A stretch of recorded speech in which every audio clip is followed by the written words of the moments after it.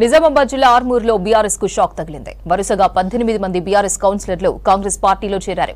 Armoor Congress incharge Vinay Reddy ఆధ్వర్యంలో party కండువాలు కప్పుకున్నారు. రాష్ట్ర ప్రభుత్వం చేస్తున్న 6 గ్యారంటీలు ప్రజాపాలన వల్లే కౌన్సిలర్లు కాంగ్రెస్ పార్టీలో చేరారన్నారు వినయ్.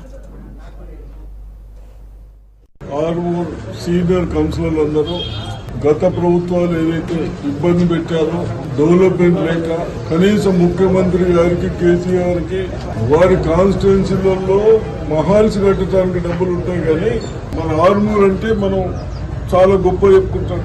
అటువంటి మున్సిపాలిటీ చేసిన తర్వాత కేవలం ఇన్ని సంవత్సరాలు గ్రామ పంచాయతీలనే మున్సిపాలిటీ బిల్డింగ్ లేక పంచాయతీలో నడుతా ఉన్నాం.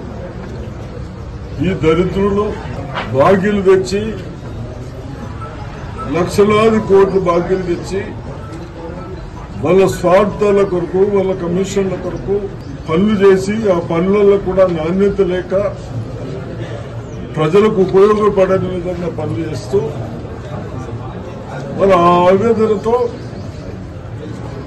ఆ పార్టీలో ఉంటే మా ప్రజలకు ఏం సౌకర్యం చేయలేము, ఏం డెవలప్ చేయలేము అన్న ఉద్దేశంతో ఈరోజు కాంగ్రెస్ పార్టీలో జాయిన్ కావడానికి 17 మెంబర్స్ వచ్చినందుకు కౌన్సిలర్లందరినీ అభినందిస్తూ